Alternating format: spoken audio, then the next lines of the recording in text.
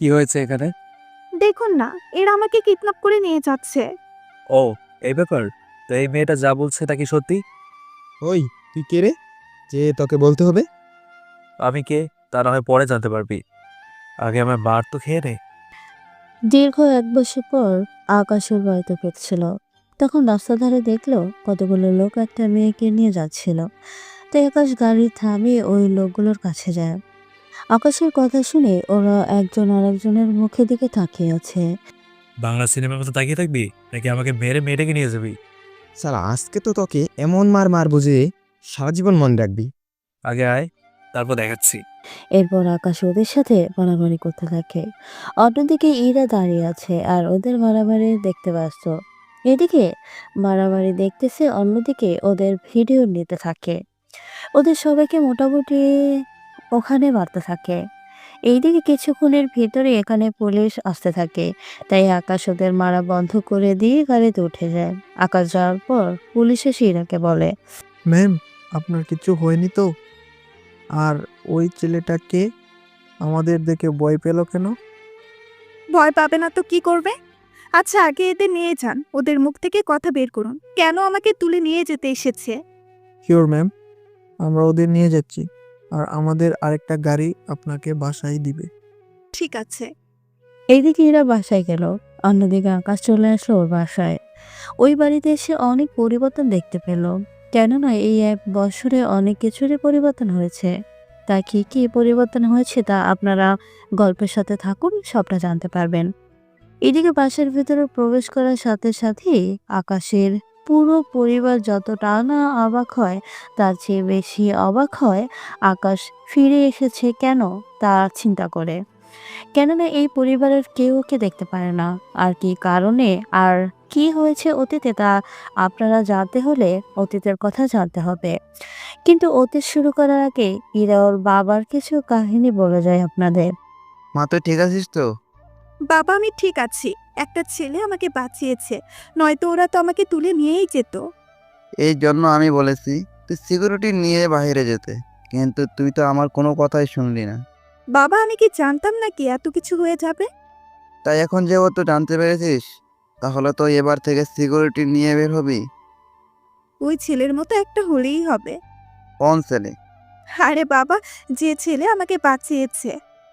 আমিও একটু ওই ছেলেটাকে দেখি। এই দেখো ভিডিও।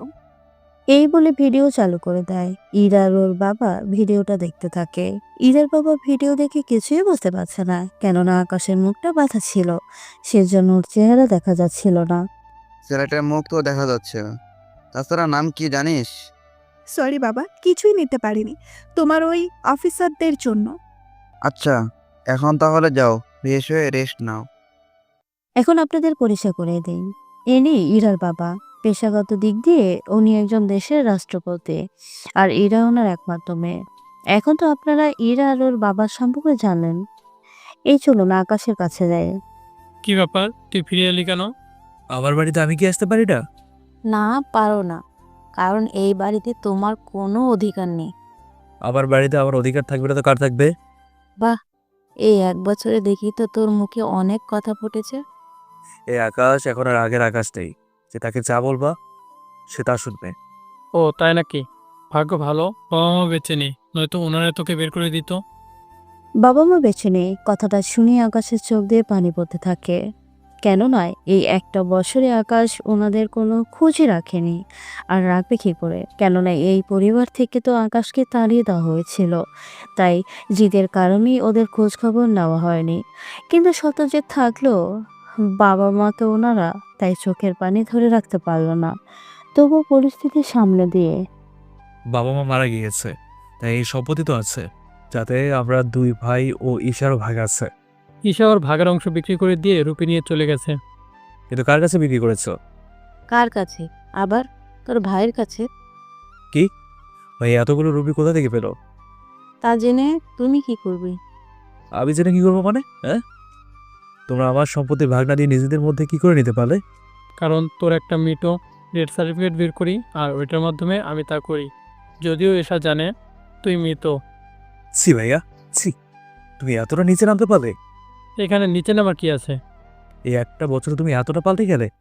তাছাড়া এর আগেও আরো খারাপ ছিলে, কিন্তু এই এক বছরে তোমাকে এতটা খারাপ বানিয়ে দিয়েছে। ওই মুখ সামলে কথা বল। একদম আওয়াজ করবি না। একটা মিথ্যা অপবাদ দিয়ে পুরো সংসারের সবার কাছে খারাপ বানিয়ে কি করে দিয়েছিস, তার কি তোদের মনে নেই? হ্যাঁ, কেন মিথ্যা অপবাদ? ভুলে গেলে?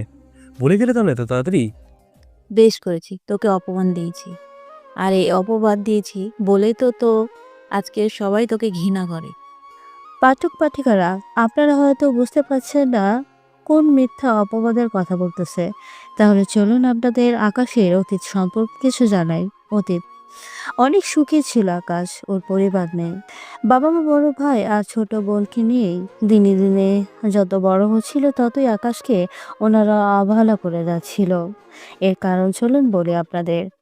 কলেজ থেকে বাসায় ফিরছিল তখন আকাশ ওর আব্বুকে বলে, আব্বু, আমার কিছু রুপি লাগবে, কেন?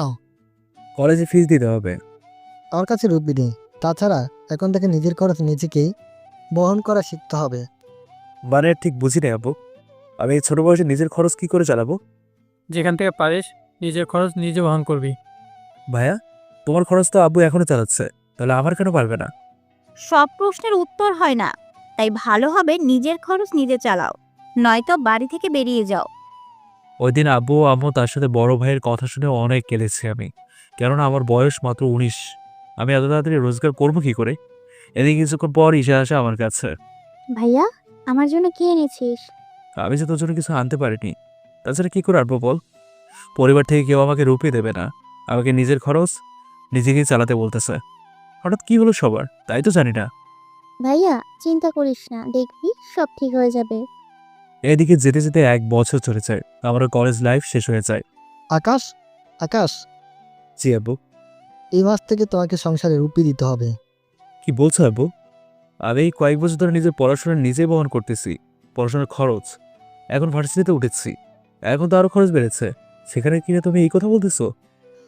বলতেছি, কারণ আমি তোমাদেরকে আর এইভাবে বসে বসে খাওয়াতে পারবো না। কিন্তু আব্বু, তুমি সবকিছু আমাকে কেন বলো? বড় ভাইকে তো কখনো কিচ্ছু বলো না। বলি আর না বলি তা কি তোর থেকে জিজ্ঞেস করে নিতে হবে নাকি?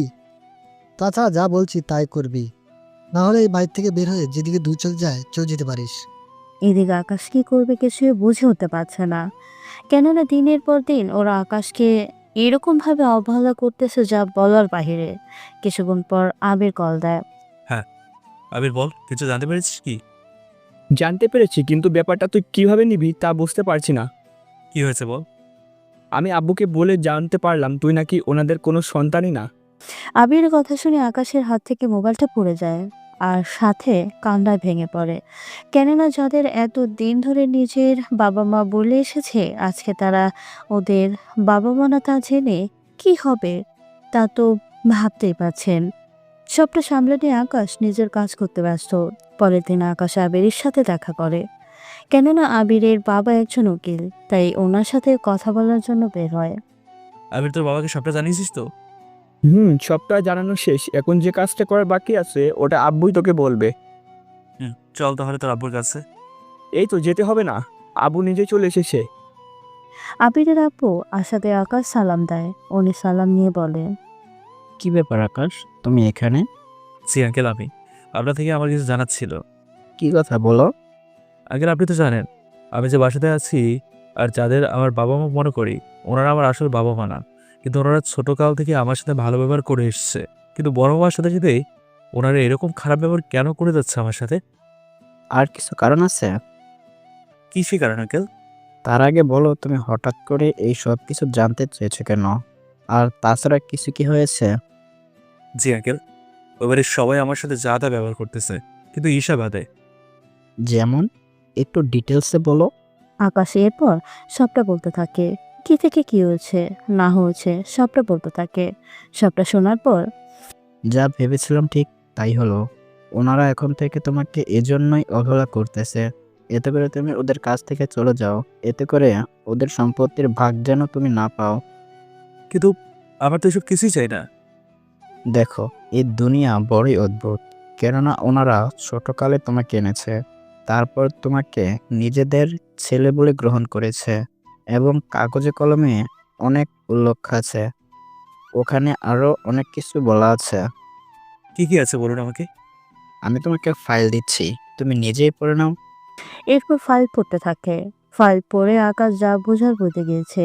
সবটা বোঝার পর আঙ্কেল তাহলে আমি চলি। আচ্ছা যাও, তবে সাবধানে থাকবে। ওনারা যখন তোমাকে রোজগার করতে বলেছে তখন তুমি তাই করো, নয়তো ওই বাড়ি ছেড়ে চলে যাও। এতগুলো বছর ধরে ওই বাড়িতে আছি, তাছাড়া ওনারা যখন এটাই চায় আমি তাই করব। আচ্ছা দেখো, যদি কোনো সাহায্য লাগে আমাকে জানাবে। ঠিক আছে আঙ্কেল। আবির, আমি তাহলে চলি, কাল ভার্সিটিতে আসলে দেখা হবে। ঠিক আছে। এরপর ওখান থেকে বের হয়ে আসে। এখন হয়তো আপনারা বলবেন ফাইলে কি আছে, সবকিছু তো আপনাদের বলা হয়নি, কিন্তু সবটা আপনারা না জানাই ভালো হবে। কেননা যদি এখন থেকে সবকিছু জেনে যান তাহলে তো গল্পটা পড়ার মজা হারিয়ে ফেলবেন। তাই আপনারা এখন না জানলেও চলবে। পরের দিন সকালে আকাশ যখন ভার্সিটিতে যাবে তখনই আকাশ খেতে আয়। আসতেছি। খাওয়ার টেবিলে সব উপস্থিত ছিল। তখন আকাশের বড় ভাই বলে, আব্বু, আকাশকে মাসে কত টাকা দিতে হবে তা ওকে জানিয়ে দাও। ভাইয়া, আব্বু, আকাশ ভাইয়া কেন টাকা দিবে বুঝতে পারছি না। বাসায় তো আমি আর বড় ভাইয়াও থাকি। কই, তুমি তো কখনো ভাইয়ার থেকে টাকা চাওনি, আর নাই আমার থেকে কখনো চেয়েছো, তাহলে কেন এখন এরকম করতেছো? যা বুঝিস না তা নিয়ে কথা বলিস না। কি বুঝি না বলো তো? আমার যথেষ্ট বোঝার বয়স হয়েছে। ঈশা, তুই চুপ কর। আকাশ, তুমি প্রতি মাসে সংসার খরচ 2000 টাকা করে দিবে। ঠিক আছে, তাই হবে। কি ঠিক আছে? তুই এতগুলো রুপি পাবি কি করে? তাছাড়া তুই একা কোনো রুপি দিবি তাই তো বুঝতে পারছি না। বলবো তোকে একদিন সব কথা। এখন তুই চল, দেরি হয়ে যাচ্ছে। চল। ঈশাই এবার ইন্টারে ভর্তি হয়েছে আর আকাশ অনার্স দ্বিতীয় বর্ষে। এই কয়েকদিনে মোটামুটি টিউশনি করে নিজের খরচ চালিয়ে এনেছে। এইদিকে দিন যেতে থাকে। আকাশ বড় হতে থাকে কিছুদিন পর। ঈশা, চল একটা জায়গায় যাব। কোথায় যাব? তোর ভাইয়ের জন্য মেয়ে দেখতে যাব। সত্যি মা? তাহলে আমি আকাশ ভাইয়াকে বলি। ওকে জানানোর দরকার নেই। আমি একটা কথা বুঝি না, তোমরা ওর সাথে এমন আচরণ করো মনে হচ্ছে আকাশ ভাইয়া তোমার সন্তান না। ঈশা, আমি যা বলেছি তাই হবে। ঠিক আছে। এদিকে ওনারা সবাই মেয়ে দেখতে গিয়ে মেয়ে পছন্দ করে আসে। 3 দিন পর বিয়ে, তাই পুরো বাড়ি আস্তে আস্তে সাজাতে থাকে। কালকে বিয়ে, তাই আকাশ মোটামুটি সব কাজ করতে থাকে। আকাশকে সাহায্য করার জন্য আবিরও আসে। এদিকে আকাশের বড় ভাই আর পরিবারের সবাই যায় বিয়ে বাড়িতে। ওনারা বিয়ের কাজ শেষ করে বউ নিয়ে বাড়িতে চলে আসে। রাতের বেলায় আকাশ, আবির আর কয়েকটা মেয়ে গল্প করতেছিল। তখন একটা মেয়ে, আপনাকে চেনা চেনা লাগতেছে। জি, আমি আকাশ। রাশেদ আমার বড় ভাই। আমি রোজা। চিনি আপনাকে, আপনি ভাবির ছোট বোন। তাহলে চলুন না একটু এদিকে গিয়ে কথা বলি। কিন্তু এরা কি করবে? এরা কারা? আমার বন্ধু আবির। ও তো একা একা বোর হয়ে যাবে। কিছু হবে না, আসুন আমার সাথে। আকাশের হাত ধরে নিয়ে আসে একটা সাইডে, নিয়ে এসে আকাশকে জড়িয়ে ধরে। কি করছেন কি? কই, কি করলাম? এভাবে জড়িয়ে কেন ধরে আছেন? আপনাকে ভালো লাগে সেজন্য। দেখুন, আপনি কিন্তু ভুল করতেছেন। দেখো, কোনো ভুল নয়। তুমি চাইলে এখন আমাকে কিছুটা একান্তভাবে নিতে পারো, আশেপাশে কেউ নেই। দেখুন, আমি এসব পারবো না। না পারলে আমি কি জন্য আসি? দেখুন, আমি কিন্তু চলে যাবো এখান থেকে। যদি এখান থেকে চলে যান তাহলে আমি চিৎকার করে বলবো আপনি আমাকে এখানে এনে আমার সাথে অসভ্যতামি করেছেন। আমি তো সাংঘাতিক মেয়ে দেখতেছি। হ্যাঁ, এর চেয়ে সাংঘাতিক তো আমাকে কাছে পেলেই বুঝতে পারবে। তাই তাড়াতাড়ি জড়িয়ে ধরো আর কিস করো। এদিকে না চাইতেও রোজাকে জড়িয়ে ধরে আর কিস করে। রোজা কোনো রিয়েক্টও করছে না, উল্টো আরও সায় দিচ্ছে আকাশের সাথে। এতে ওরা দুজন অনেকটা কাছাকাছি চলে আসে। ঠিক তখনই রোজার বোন চলে আসে। রোজা, তুই এখানে? ছি ছি ছি, তুই এই রকম ভাবে? ভাবে তোমার দেবরকে আমার পছন্দ হয়েছে। তাই বলে তুই এরকম ভাবে? ওকে, আপু, তুই কিন্তু কিছু বলবি না। ঠিক আছে। আর দেবজি, তুমি এত দুষ্টু হলে কি করে? ভাবি আমি কিছু করিনি, আমার ইচ্ছে। তোমার বোন। আপু, তোমাকে কিছু করতে হবে না, তুমি চলো তো। এদিকে আকাশ কি করবে কিছুই বুঝতে পারছে না, কেননা কি হচ্ছে ওর সাথে। কিন্তু আকাশ এতটুকু বুঝতে পেরেছে ওর ভাবি অনেক ভালো হবে। এখান থেকে আসার পর আবির বলে, কিরে তোর ঠোঁট লাল কেন? ওই কিছু মনে হয় খেয়েছি না, তার জন্য এরকম মনে হচ্ছে। বন্ধু আমি সবটা বুঝতে পারি, কিন্তু কি বুঝতে পেরেছিস তুই? এই যে লুকিয়ে লুকিয়ে। ওই মেয়েটার চরিত্র ভালো না। কিভাবে বুঝলি? কারণটা হচ্ছে ওই আমাকে দেখে, ওই মেয়েকে দেখে মনে হচ্ছিল এর আগেও অনেক ছেলের সাথে এরকম করেছে। কি বলিস এগুলা? ঠিকই বলেছি। এখন তাহলে কি করবি? কেউ দেখেনি তো? ওর বোন দেখেছে। কোন বোন? আরে আমার ভাবি। কিন্তু উনি কিছু বলেনি। উনি বলবে কি? বলতো উনিই তো আরো উস্কে দিতে চেয়েছিল। এমনটা তো নয়, বোন দুজন এই কই রকম। জানি না, তবে যাই হোক, আমার কি? সেটাই তো, ওনারা তো তোকে নিজের পরিবার মনে করে না। যদি করতো তাহলে তোর ওই চিন্তা হতো না ওনাদের জন্য। আচ্ছা যাই হোক, এখন আমি রুমে যাই। তুই কি বাড়িতে চলে যাবি? আমি বাড়িতে যাব। এইদিকে আবির বাড়িতে যায়, অন্যদিকে আকাশ রুমে এসে শুয়ে থাকার কিছুক্ষণ পর আকাশের বুকের উপরে নরম কিছু অনুভব করে। যদিও কোনো বালিশ নিয়ে আকাশ ঘুমায়, তাই কোল বালিশ মনে করে অনেকটা ওই রকম ভাবে জড়িয়ে ধরে। কিন্তু কিছুক্ষণ পর অনেক ভারী অনুভব হয়, তাই চোখ মেলে তাকিয়ে মোবাইলের আলো দেয়। আলো দেওয়ার পর রোজাকে দেখে চমকে ওঠে। এ কি, আপনি এখানে কেন? তাহলে আমার কোথায় থাকার কথা? তাই বলে আমার রুমে কেন? আমার ইচ্ছে হয়েছে সেজন্য এসেছি। এইদিকে ওরা কথা বলে, অন্যদিকে আকাশের মা আসে ওখানে। ওখানে ওদের দেখে বলে, ছি ছি ছি, আকাশ, তুই ওই মেয়েটার সাথে একই বিছানায়? বা বিশ্বাস করো, উনি আমার বিছানায় এসছে। রোজা, আকাশ কি সত্যি বলেছে? হ্যাঁ, আসলে আমি থাকার জন্য জায়গা পাচ্ছিলাম না, তাই এখানে এসে শুয়ে পড়ি। আচ্ছা আকাশ, তুই বাহিরে গিয়ে ঘুমা, রোজা এখানে একা ঘুমাবে। আমি কেমন রুম থেকে বেরোবো? ওই চুপ কর, তোর রুম কি করে হলো? তোকে এখানে ফ্রিতে থাকতে দিয়েছি, তাই এখান থেকে সর। আকাশের মায়ের কথায় কষ্ট পেয়ে চলে গেল। কিছুক্ষণ পর রোজা তো বুঝতেছে না কি হলো, কেননা রোজা নতুন, সেজন্য কিছু জানে না। এদিকে আকাশ গিয়ে ছাদে ঘুমিয়ে পড়ে। পরের দিন সকালবেলা সবাই নিজেদের মতো করে খেতে থাকে। এদিকে সকালবেলা আকাশ যখন নিচে নামে, ওই নবাবের বাচ্চা, এতক্ষণ লাগে ঘুম থেকে উঠতে? বা আসলে আমি। চুপ কর, যা ওখানে গিয়ে খেতে বস। ঠিক আছে। এদিকে খাবারের পর্ব শেষ করে আকাশ চলে আসে ওর রুমে। এইদিকে রোজাও কিছুক্ষণ পরে আকাশের রুমে চলে আসে। ওখানে আসার পর দরজা আটকে দেয়। কি ব্যাপার, দরজা কেন আটকে দেয়? রাতে তো কিছু হয়নি, তাই এখন ওইগুলো করতে এসেছি, ওইগুলো মানে? যেগুলো একটা মেয়ে তার হাজবেন্ড থেকে চায়। কিন্তু আমরা তো বিবাহিত নই। বিবাহিত না হয়েছে তো কি হয়েছে? একটা মেয়ে যখন রাজি তখন তুমি আর না করার কি? আমি রাজি না। দেখ, ভালোর ভালো বলছি, নয়তো আমি এখন চিৎকার দিয়ে বলবো তুই আমার সর্বনাশ করতে চেয়েছিস। আমি তো করবেন না প্লিজ। তাহলে এখন আমাকে আদর কর, তাহলে আমি কাউকে কোনো কিছু বলবো না। এদিকে আকাশের হাতে আর কোনো উপায় ছিল না, কেননা আকাশের কথা কেউ বিশ্বাস করবে না। এমনিতেই কেউ ওকে শান্তিতে থাকতে দেয় না, আর তার উপর এত বড় অপবাদ দিলে তো আকাশের পুরোই অবস্থা খারাপ হয়ে যাবে। তাই রাজি না থাকা সত্ত্বেও ওইসব সব করতে হলো। তবে ওইসব বলতে আপনারা বেশি গভীরে যায়েন না, কেননা ওইসব কিছুই হয়নি। কিছুক্ষণ পর রোজা আকাশের রুম থেকে বের হয়ে যাওয়ার রোজার বোনটা দেখে ফেলে। অনুও কিছু বলেনি, কেননা রোজা এই বাড়িতে আসলে তো ওদের দুই বোনেরই লাভ। এভাবে 7 দিন পার হওয়ার পর আকাশের বোনের কাছে সবকিছু অস্বাভাবিক লাগতে লাগলো। তাই উনি আকাশের ভাইকে নিয়ে রুমে আসে। ওগো শুনছো? বলো। তোমাকে একটা কথা বলবো, যদি রাগ না করো। কি কথা, তাড়াতাড়ি বলো, আমাকে বের হতে হবে। আমি বলতে চেয়েছি আকাশের সাথে আমার ছোট বোনের বিয়ে দিতে। তুমি কি বলো? তোমার মাথা ঠিক আছে? আকাশ আমার আপন ভাই না, তাই তুমি ভুলেও এই সব কিছু মুখের বার করবে না।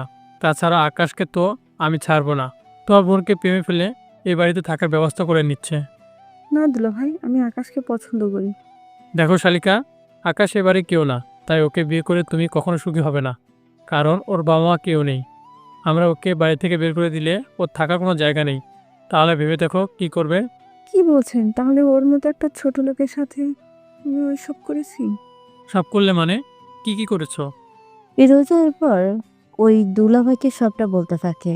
উনি সবটা শুনে রোজা, কি করলে তুমি? এখন কি করব? আচ্ছা, চিন্তা করবেন না, আমি আর ওর কাছে যাব না। তাছাড়া আমি তো আজকে চলে যাব, আর এইগুলো আমার জন্য কোন ব্যাপার। তোমার বোন দেখতেছি। একটু ওই রকমই। আপু, আমি তাহলে গেলাম। এদিকে রোজা চলে যায়। দেখতে যেতে 1 মাস কেটে যায়।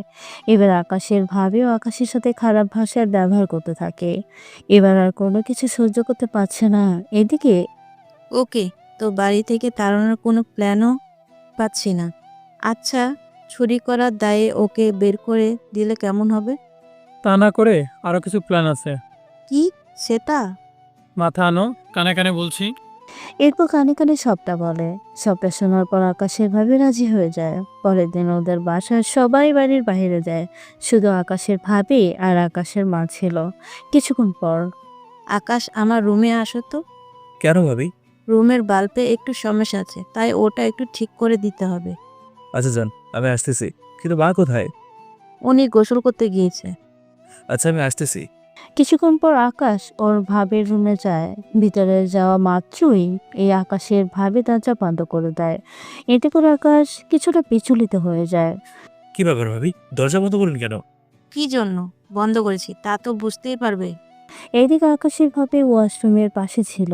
উনি ওখানে দাঁড়িয়ে ছিল। এতে করে আকাশের মা কখন বের হবে আর ওই সুযোগ কাজে লাগবে। যখন বুঝতে পেরেছে উনি বের হবে, তখন ভাবে নিজের বুক থেকে কাপড় সরিয়ে নেয়। তার সাথে ব্লাউজটা, হাতা ও বুতামগুলো ছিঁড়ে আকাশকে গিয়ে জড়িয়ে ধরে আর চিৎকার করতে থাকে। বাঁচাও, বাঁচাও, কে আছো, আমাকে বাঁচাও। ভাবি ছাড়েন, আমাকে কি করছেন? এভাবে চিৎকার কেন করছেন? ছাড়ুন আমাকে। এইদিকে চিৎকার শুনে আকাশের মা ওয়াশরুম থেকে বের হয়ে আকাশকে ওইভাবে দেখে ফেলে। আকাশ ওর মাকে দেখে সাথে সাথেই ওখান থেকে উঠতে যাবে, কিন্তু এবার আর উনি আকাশকে ধরে রাখেনি। ছি আকাশ, ছি, তুই এতটা নিচে নামতে পারিস আমি কল্পনাও করতে পারিনি। বা বিশ্বাস করো, আমি এসব কিচ্ছু করিনি। ভাবি জোর করে আমার সাথে এগুলো করেছে। দেখছেন মা, আপনার ছেলে কিভাবে বানিয়ে বানিয়ে মিথ্যা বলছে। তুই আজকে এই বাড়ি থেকে বের হয়ে যাবি। আমি তোকে এই বাড়িতে আর দেখতে চাই না। ওইদিকে আকাশের ভাবি তো বানিয়ে বানিয়ে বলতে থাকে, কিন্তু কিছুই করার ছিল না। কেননা উনিও চায় না আকাশ এই বাড়িতে থাকুক। তাই সব কিছু নিয়ে বের হয়ে যায়। এইদিকে ভাবি প্ল্যান সফল হয়েছে, তাই উনিও একটা হাসি দেয়। আকাশ যাওয়ার পর সবাই এক এক করে আসে। মা, মা, আকাশ ভাইয়া কোথায়? কেন, কি হয়েছে? ভাইয়ার জন্য আমি একটা শার্ট আর প্যান্ট এনেছি। ওকে আমি বাড়ি থেকে বের করে দিয়েছি। কি বলছো কি তুমি মা? কেন বের করে দিলে? ওহ, আজকে তোর ভাবিকে একা পেয়ে আমার বলতেও লজ্জা করে। আমার মোটেও বিশ্বাস হয় না ভাইয়া এই কাজ করেছে। তাহলে কি আমি নিজের চোখে ভুল দেখেছি? তুমি ভুল দেখোনি, তোমাকে ভুল দেখানো হয়েছে। মানে?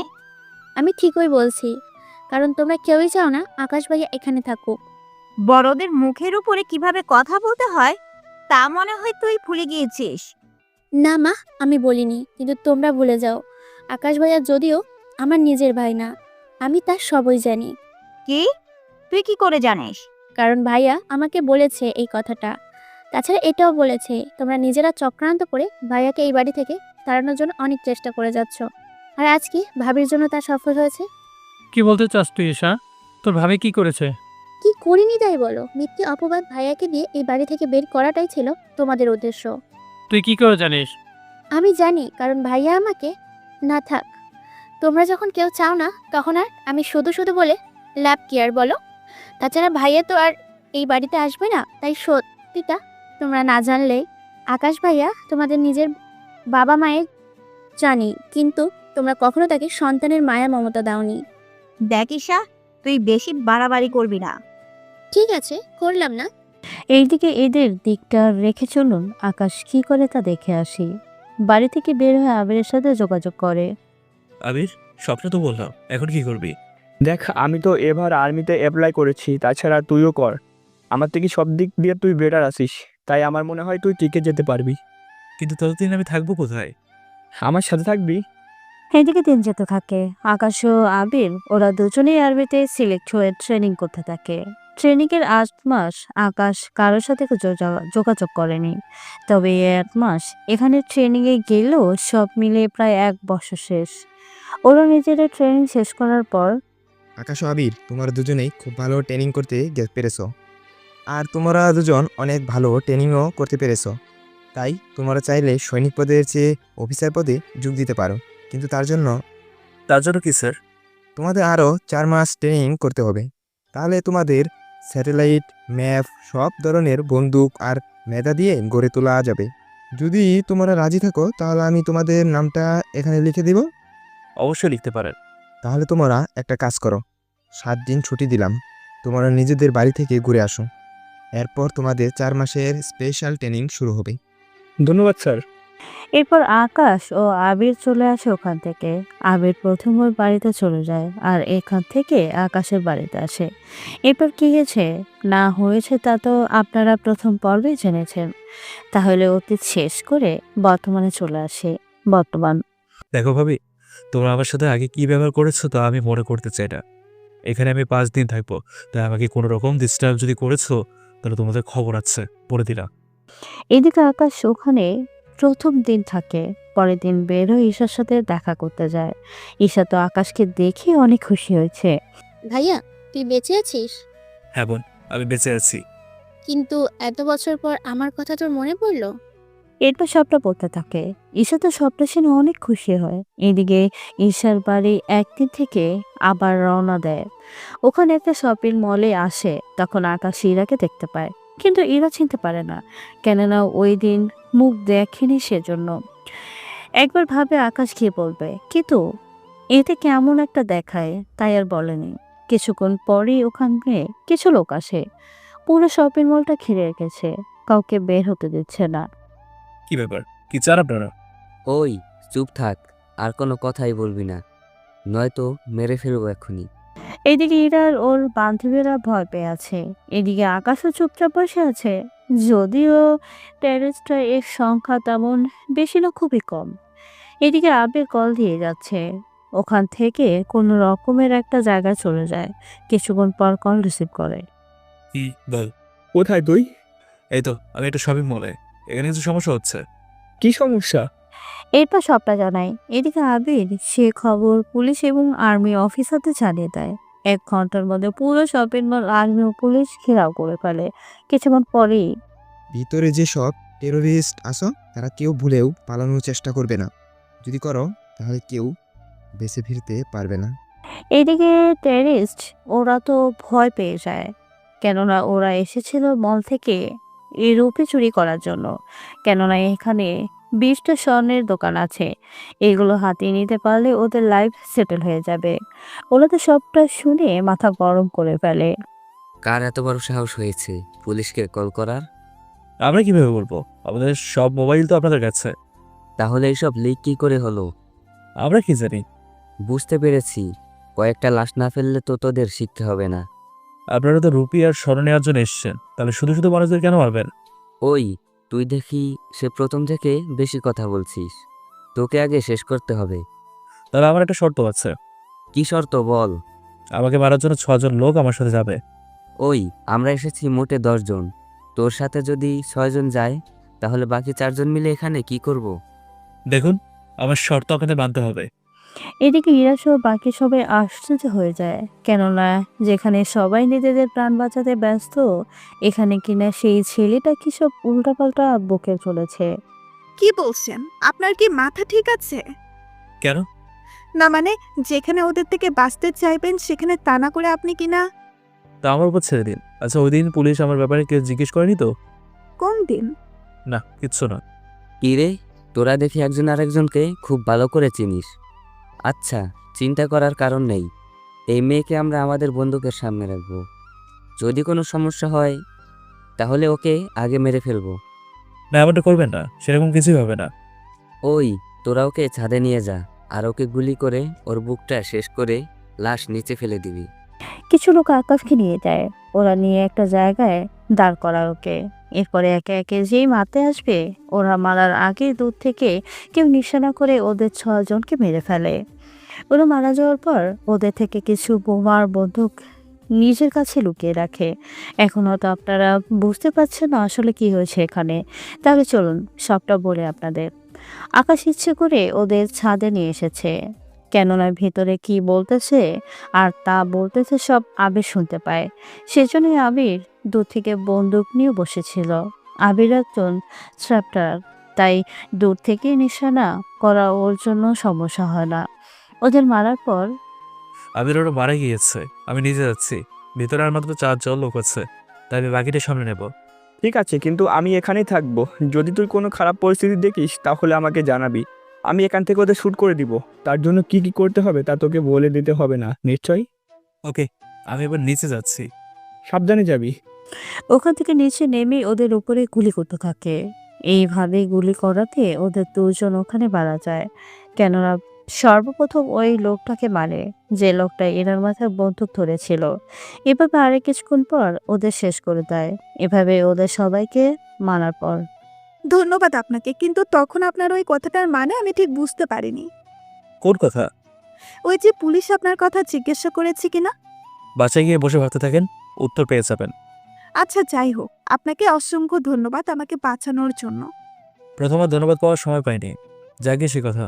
এখন তাহলে চলে যাবি। এই বলেই চলে আসে। এদিকে কিছুক্ষণ পরে পুরো পুলিশ ও আর্মির লোক এসে সবাইকে নিরাপদে বাহিরে নিয়ে যেতে থাকে। এদিকে আকাশ বাড়িতে আসে। কি ব্যাপার, কোথায় গিয়েছিলে? যেখানে যাই তাকে আপনাকে বলতে হবে? তা কেন বলবি? আমার রুমে আয়। গত 1 বছর আগেও এরকম ভাবে রুমে ডেকে নিয়ে বাড়ি ছাড়া করেছেন, এখন আবার নতুন করে কোন নাটক শুরু করবেন? কোনো কিছু না, আগে আয়। এরপর আকাশ যাওয়ার পর আগে মতো আকাশের ভাবে এবারও নিজের শাড়ি খুলে ফেলে আর ব্লাউজ কিছুটা ছিঁড়ে ফেলে। যদিও আকাশ দাঁড়িয়ে দাঁড়িয়ে তা দেখছিল, কিন্তু এখনো বুঝতে পারছে না আসলে কি চাচ্ছে। বাহ, আবারও সেম আগের মতো কাহিনী। ওই দিন তো তোকে বাড়ি থেকে বের করেছে, আজকে তোকে আমি জেলে দিব। কি জন্য শুনি? এই যে আমার ইজ্জত নিতে চেয়েছিল। ও তাই? আজকে তো ওয়াশরুমের দরজা খোলা আছে, ভিতরে কেউ নাই। কি প্ল্যান করলেন? তা তোর না জানলেও চলবে। তার রুমে ক্যামেরা নেই তো? ক্যামেরা কি দরকার, বাইরে পুলিশ আছে আগে থেকে। এখন শুধু আমি চিৎকার দেব আর ওরা চলে আসবে। সব দেখে আগের থেকে সেট করা। আচ্ছা, তাহলে এটা কাজ করুন, যতটুকু ছেড়েছেন ওটা ছেড়ে দিতে পারতেন। কেন কেন? বারে, এটুকু ছেড়ে দিয়ে কিছুই দেখা যাচ্ছে না, তাই পুরোটা ছেলে তো ভালো কিছু দেখা যেত। এই বলে একটা টান দিয়ে ব্লাউজ ছিঁড়ে আকাশের হাতে চলে আসে। এতে করে উনি নিজের বুকটা হাত দিয়ে থেকে রেখেছে। একদম কাছে আসবে না, বলে দিলাম। ও তাই? 1 বছর আগে যে অপবাদ দিয়েছিলে তা আজকে আমি শোধ করে নেব। এই বলে আকাশ ওর ভাবিকে জড়িয়ে ধরে। এতে করে ওর ভাবি চিৎকার করে ওঠে। পুলিশ দরজা ভেঙে ভিতরে আসতে 2 মিনিটের মতো লাগে, কিন্তু এই 2 মিনিটের অনেক কিছু হয়ে গিয়েছে যা আপনারা না জানলেও চলবে। আকাশের ভাবে চাদর গায়ে দিয়ে বিছানার এক পাশে বসে আছে। পুলিশ এসে আকাশকে ঘিরে দাঁড়ায়, আর আকাশের ভাবির এই অবস্থা দেখে পুলিশের বুঝতে বাকি রইল না, কিন্তু এর আগে যে ওদের সব প্ল্যান সাজানো তা আকাশ তো জানে। পুলিশ কিছু ছবি উঠে আকাশকে নিয়ে আসে। আসার সময় মোবাইলে রেখে দেয়, কিন্তু আকাশ মোবাইল দেওয়ার আগেই সবকিছু আবিরের কাছে পাঠিয়ে দেয়। পুলিশ ওকে থানায় নিয়ে আসে। এদিকে ইরা ওর বাড়িতে গিয়ে ওর বাবাকে সবটা বলতে থাকে। আচ্ছা বাবা, ছেলেটা আমাকে একটা কথা জিজ্ঞাসা করেছে, কিন্তু আমি এর মানে বুঝতে পারিনি। কোন কথার মানে? এই যে বললো ওই দিন পুলিশ কিছু জিজ্ঞাসা করেছে কিনা ওই ছেলেটার কথা। এই কথাটার মানে বুঝিসনি তুই? না বাবা। আরে, ওই ছেলেটাই ওই দিন তোকে বাঁচিয়েছে। কি? তুমি কি করে শিওর হচ্ছ? নয়তো যে কথা তুই আর ওই ছেলেটা জানে সে কথা এই ছেলেটা বলছে, তখন ওরা দুজনেই একই ব্যক্তি। সত্যি বাবা, তোমার মাথায় কত বুদ্ধি। আমি এখানকার রাষ্ট্রপতি, যদি আমার মাথায় বুদ্ধি না থাকতো তাহলে এই চেয়ারে বসে থাকতে পারতাম না এতদিনও। তা ঠিক বলেছ। তুই কি এই ছেলেটার প্রেমে বা পছন্দ করতে শুরু করে দিছিস? জানি না বাবা। তা ছেলেটা সম্পর্কে কোনো তথ্য কি জানিস? না বাবা, ওর তো কোনো ছবিও নেই আমার কাছে। তাহলে ওকে খুঁজে বের করবো কিভাবে? আচ্ছা আব্বু, ওই শপিং মলের ক্যামেরায় তো ওই ছেলের ছবি থাকবে। তুমি ওই ছবিগুলো চেক করেই হোক আনার ব্যবস্থা করো। ঠিক আছে। অন্যদিকে আকাশ এখনো জেলের ভেতরে। কিছুক্ষণ পর ওখানে আবির আসে। অফিসার, আমার বন্ধুকে কি জন্য অ্যারেস্ট করেছেন? ও, তুই তাহলে ওর বন্ধু? তোকেও মনে হচ্ছে ওর সাথে ভিতরে পাঠাতে হবে। আমি কি করেছি? তোর বন্ধু ওর বাবির ইজ্জত নিতে চেয়েছিল, তাই ওকে গ্রেপ্তার করছি। বেশি কথা বললে তুইও ওর সাথে জড়িত আছিস তা বলে পাঠিয়ে দেব। আচ্ছা, আপনাদের তো খবরও দেওয়া হয়নি, তাহলে কিভাবে আপনারা ওখানে গেলেন? মানে ঠিক বুঝলাম না। আমার বন্ধু যে ওর ভাবির ইজ্জত নিবে তা আপনারা আগে থেকে কি করে জানতেন? তাছাড়া ওর ভাবির ইজ্জত নেওয়ার 3 মিনিট মাথায় আপনারা এত তাড়াতাড়ি করে ওদের বাসায় আসলেন। আমার তো মনে হচ্ছে ওকে ফাঁসানোর জন্য আপনারাও দায়ী আছেন। কি, তোর এত বড় সাহস? তুই আমার উপর? এখন তোকেও ভিতরে ভরে রেখে দিব, তাহলে বুঝতে পারবি। উকিল সাহেব, আপনি এখানে আসুন। এরপর উকিল এসে আকাশকে ওখান থেকে ছাড়িয়ে দেয়। উকিল তো চলে যায়। আবির ও আকাশ যাওয়ার আগে বলে, তুই তো ওদের সাথে সামিল ছিলি, তা আমি জানি। তবে একটা কথা তোকে বলা হয়নি, আমি আবার থানায় ফিরে আসব। তবে যেদিন আসবো আমি, ওই দিনটা তোর চাকরির শেষ দিন হবে। ওই দিন ওখান থেকে আকাশ বাসায় আসে। বাসায় আসার পর আকাশের ভাই ও ভাবি দুজনেই ওখানে উপস্থিত ছিল। আকাশের ভাবিকে তাচ্ছিল্য করে বলে, ভাবি সেরকমভাবে বানিয়েছ, ভাইয়া তো এমনিতেই খুশি তা পেয়ে। এখনো তো আপনারা এই মানে বুঝতে পারেননি। আপনারা কেন আকাশের ভাইও বুঝতে পারেননি, তাই শুধু তাকিয়েছিল। আকাশের ব্যাগগুলো গুছিয়ে নেয়। গুছিয়ে নিয়ে বের হওয়ার আগে বলে, আমি চলে যাচ্ছি, আর আসবো না এই বাড়িতে। তবে যাওয়ার আগে বলে যাই, আমি যাওয়ার পর ভাইয়াকে অন্তত বলিও যে ওই দিন কী কী হয়েছিল। তার সাথে এতটুকু বলবো, কখনো কারোর সাথে এইরকম খারাপভাবে আচরণ করো না। কেননা খারাপ আচরণ করতে গিয়ে একদিন ওই আচরণই শিকার হয়ে উঠবে। তো ভালো থাকবেন। আকাশ চলে যায়। এদিকে আকাশের ভাই তো বুঝতে পারছে না, তাই উনি আকাশ যাওয়ার পর ওনার স্ত্রীকে বলে, কি হয়েছিল ওই দিনগুলোর মধ্যে? প্ল্যানের বাইরেও ও কি করেছে? ওই দিনও আমার সাথে। এরপর আকাশ কি কি করেছিল সবটা বলতে থাকে। উনি সবটা শোনার পর নিজের কানটু বিশ্বাস করতে পারছে না। কি, ও তোমার সাথে? হুম, ওকে ফাঁসাতে গিয়ে আমি নিজে অনেকটা ফেঁসে গেলাম। আচ্ছা, যা আবার হয়ে গেছে, বাইরে কেউ জানে না, এতেই হবে। তাছাড়া তুমি আমার কথায় করতে গিয়ে নিজেও তার শিকার হলে। এখানে তোমার কোনো দোষ নেই, তাই তোমাকে কিছু করতে দেওয়া হবে না। তাছাড়াও ও চলে গিয়েছে, তাই তুমি ওই দিনের কাহিনী মন থেকে মুছে ফেলো। ঠিক আছে, কিন্তু কেন করলে আমার সাথে এরকমটা? এর আগেও একবার ওকে অপবাদ দিয়ে বাড়ি থেকে বের করে দিয়েছিলাম, আর আজকে তা আবার করতে চেয়েছিলে। সেজন্য ও ওটাই সত্যি করে বসেছে। আমি সব কিছু বলে যাব তাহলে। হুম, বলে যাও। এদিকে আকাশ আবিরের সাথে একটা দিন থাকতে থাকে। এদিকে আকাশ ক্যাম্পে যাওয়ার আগে আবারও একবার বের হয়। ওই দিন আবারও ইরার সাথে দেখা হয়। আকাশ লিফট দিয়ে উপরে উঠছিল। ওই লিফটে ইরাও ছিল। লিফটে অতিরিক্ত মানুষ হওয়ার কারণে ইরা ধাক্কা খেয়ে আকাশের বুকে বাড়ি খায়। এতে করে ইরার ঠোঁট আর আকাশের ঠোঁট এক হয়ে যায়। এতে করে ওরা দুজনেই চোখ বন্ধ করে ফেলে। চোখ মেলে ইরা আকাশকে দেখতে পায়। ইরা তো অবাক হয়ে তাকিয়ে আছে, কেননা ওর জীবনের প্রথম কিস ছিল এটা। ইরা কিছু বলতে যাবে তার আগে আকাশ ওখান থেকে বের হয়ে যায়। ইরা অনেক টাকাটাকির পরও আকাশ পিছনে তাকায়নি। সেজন্য ইরার বান্ধবী নদী বলে, কি রে, কাকে এইভাবে ডাকতেছিস? আমার স্বপ্নের মানুষটাকে। মানে? তুই বুঝবি না, ওই ছেলেটাকে খুঁজতে থাক। কোন ছেলে? যে ছেলেটার সাথে মাত্র আমার কিস। কি কিস? না কিছু না, আমি যে ছেলেটাকে খুঁজতেছি, তুই ওই ছেলেটাকে খুঁজতে থাক। আচ্ছা, কিন্তু আমি তোর মুখ দেখিনি। যা দেখেছিস তাই নিয়ে খুঁজতে থাক, যে করেই হোক ওকে খুঁজে বের কর। ওরা অনেক খোঁজাখুঁজির পর আকাশের সন্ধান পেল। ওরা দুজনে গিয়ে আকাশের সামনে এসে দাঁড়ায়। কি ব্যাপার, তখন আমার কথার উত্তর কেন দেননি? কি করে দেব? একটা অ্যাক্সিডেন্টের জন্য কেসটা হয়ে গেল। আমি ভেবেছিলাম আপনি আমাকে কয়েকটা কথা শোনাবেন, তাই তো আমি আর ওখানে দাঁড়াইনি। এত বেশি বুঝেন কেন আপনি? আচ্ছা, এখন কি বলবেন?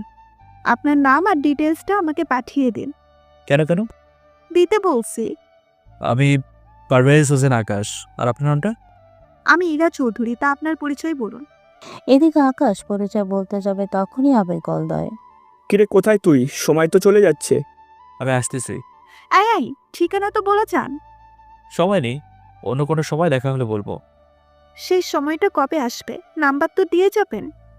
আমি যেখানে যাচ্ছি ওখানে ফোন নেওয়া যায় না। তাছাড়া 5 মাস পর হয়তো আমাদের দেখা হতেও পারে। কি 5 মাস অপেক্ষা করতে হবে? আমার জন্য কেন আপনি অপেক্ষা করবেন? তা আপনার না জানলেও চলবে। এখন এটা বলুন 5 মাস পর কিভাবে দেখা হবে? এখন যেরকম দেখা হয় অনাকাঙ্ক্ষিতভাবে, তখনও না হয় দেখা হয়ে যাবে। কিন্তু আমি যে এত মাস অপেক্ষা করতে পারবো না। আমার কিচ্ছু করার নেই। ভালো থাকবেন, এবার যেতে হবে। এদিকে আকাশ তো চলে যায়, এখান থেকে বড় অফিসারের কাছে যায়। উনি ওদের পেপার হাতে দেয়, ওরা পেপারগুলো নিয়ে উঠে পড়ে গাড়িতে। এবার গাড়ি চলতে থাকে। কেন এই ট্রেনিং একটা গুহার ভিতরে হবে, তাই সব ট্রেনিং অনেক সতর্কতার সাথেই হবে। এইদিকে ওরা ট্রেনিং করতে থাকে, অন্যদিকে ইরার ওর বাবার কাহিনী নিয়ে এই পর্বটা শেষ করলো। আর কোনো না, আমরা এই 4 মাস আকাশের সাথে কন্ট্যাক্ট করতে পারবো না, তাই এই 4 মাসে কি কি হয় তা আপনারা জানতে পারবেন ইরার বাসায় আসার পর। আব্বু, আব্বু, কি হয়েছে? এইভাবে চেঁচাচ্ছিস কেন? আব্বুর নাম জানতে পেরেছি। কার নাম? এই তো, যে আমাকে 2 বার বাঁচিয়েছে তার নাম। তার নাম কি ওর? পারভেজ হোসেন আকাশ। কিন্তু এর বাহিরে কোনো কিছু জানি না আমি। আচ্ছা, এরপর দেখা হলে বাকিটা জেনে নিও। আমার একটা মিটিং আছে, ওই মিটিংটা শেষ করে আসছি। আচ্ছা যাও। রফিক সাহেব 3 জন সিকিউরিটি নিয়ে বেরিয়ে পড়ে মন্ত্রিসভার দিকে, কেননা আজকে মিটিং হবে ইউসুফ খানকে নিয়ে। ইউসুফ খানকে তা আপনারা একটু পরে ওনার সম্পর্কে জানতে পারবেন কিছুক্ষণ পর। আজকে মিটিংয়ে কি জন্য তা আমাকে বলুন। স্যার, আপনাকে একটা গুরুত্বপূর্ণ মিটিংয়ের জন্য ডাকা হয়েছে। কি নিয়ে? স্যার, আপনি তো ইউসুফ খানকে চেনেন। ওই ইউসুফ খান আমাদের দেশে বেশিরভাগ বোম ব্লাস্টে হাত ছিল। তা তো জানি, কিন্তু আজকের মিটিং কিসের জন্য? স্যার, আজকে মিটিংটা হচ্ছে আমরা চাচ্ছি ইউসুফ খানকে ফাঁসি দিতে। এটাই তো বড় সমস্যা। ওরা যদি জানতে পারে তাহলে তো একের পর এক হামলা করেই যাবে ধরা। স্যার, এই নিয়ে আপনাদের টেনশন করতে হবে না। আপনি সম্পূর্ণ দায়িত্ব আমার উপরে ছেড়ে দিন। আর্মি অফিসারদের নিয়ে ইউসুফ খানকে মারার চেষ্টা করব। কিন্তু স্যার, যদি ওই খবরটা টেররিস্টরা জানতে পারে তাহলে কি হবে ভাবতে পারছেন তো? কিন্তু যদি 5 কান হয়ে যায়? দেখুন স্যার, এখানে আমরা 3 জন আছি। আপনি তো আর কাউকে বলতে যাবেন না, আর আমি যেহেতু দায়িত্ব নিয়েছি তাই আমি তো আর কাউকে বলবো না। স্যার, ওর যেহেতু পুলিশ এর হেফাজতে আছে, ওখান থেকে আমি ওকে কৌশলে বের করে নিয়ে আসব। দেখুন, আপনারা না হয় কাজ করবেন, কিন্তু অন্য কোনো পুলিশ যদি ওকে দেখে চিনে ফেলে, এই খবরটা যদি কাউকে বলে দেয়? এর জন্য ও ব্যবস্থা আছে। আমি ওই ইউসুফ খানের সাথে আরো 10 জন কয়েদিকে নিয়ে আসব। সবার মুখে কাপড় পরা থাকবে। তাছাড়া ওই জেলে 10 জন আছে ফাঁসির আসামি। ওদের সাথে ইউসুফ খানকেও না হয় আমরা বের করে নিয়ে আসব। কিন্তু আপনারা তো সবটাই পারবেন। পাশি আপনারা আপনাদের ওখানে দিতে পারবেন। আপনারা গাড়ির ব্যবস্থা করেন। আপনাদের গাড়ি আসলে আমি ওদের সবাইকে এক এক করে আপনাদের হাতে তুলে দেব। তাছাড়া এদের অজ্ঞান করে দেওয়া হবে। এতে করে কেউ কোনো কিছু বুঝতেও পারবে না। তবে আমি আমার মতো করে সবটা করব। বাকিটা আপনাদের হাতে। ওকে, তাহলেই হবে। আমি নিজে ওই গাড়িতে উপস্থিত থাকব। ওই গাড়ি সব দিক দিয়ে সুরক্ষা থাকবে। কোনো রকম গুলি বা বোমা দিয়ে ওই গাড়ির চাকা নষ্ট করা সম্ভব না। আমি ওকে আমাদের স্পেশাল জেলে আনবো, আর ওখানে আমি থাকবো। এরপর 10 জনকেই একে একে ফাঁসি দেবো একসাথে। তাই হবে। আপনারা কোনো রাস্তা দিয়ে যাবেন তা আমি জিজ্ঞেসও করব না। ওকে, তাহলে আপনি কাগজে সাইন করে দিন, আমি বাকি ব্যবস্থা করে নিব। এরপর রফিক সাহেব সাইন করে দেয়। উনি ওনার বাসা চলে আসে। এদিকে পরের দিন আর্মির বড় অফিসার আসে কিছু সৈনিক নিয়ে। নিন, এবার তাহলে ওই কয়েদিদের আমার কাছে পাঠিয়ে দিন। তার মধ্যে ইউসুফ কোনজন তা চিহ্নিত করে দিবেন, কেননা আমাদের তো মূল টার্গেট ওকে নিয়ে। চিন্তা করবেন না, আমার সব দিক দেখে নেব। তাছাড়া ইউসুফকে আমরা একটু অন্যরকম পোশাক পরব। ওকে, তাহলে তাই করুন। 1 ঘন্টার পর 10 জন কয়েদিদের আনা হলো। একে একে ওদের গাড়িতে উঠাতে থাকে। ওরা সবাই গাড়িতে উঠে যাওয়ার পর ওকে, তাহলে আমি ওদের নিয়ে যাচ্ছি। আপনারা ততক্ষণে আমাদের পিছু করবেন না। যদিও আমাদের গাড়ির বাইরে সৈন্য আছে, কিন্তু তাও আপনারা খেয়াল রাখবেন। আপনারা কোন আন্ডারগ্রাউন্ডে যাবেন তা তো আমরা জানি না। চিন্তা করবেন না, আমরা যদি কোনো বিপদে পড়ি সেখানে অ্যালার্ট আছে, ওটা অন করে দিবে। তাহলে আমাদের জিপিএস আপনাদের কাছে যাবে। তবে একটা কথা, আপনাদের সাহায্য আমাদের লাগবে না।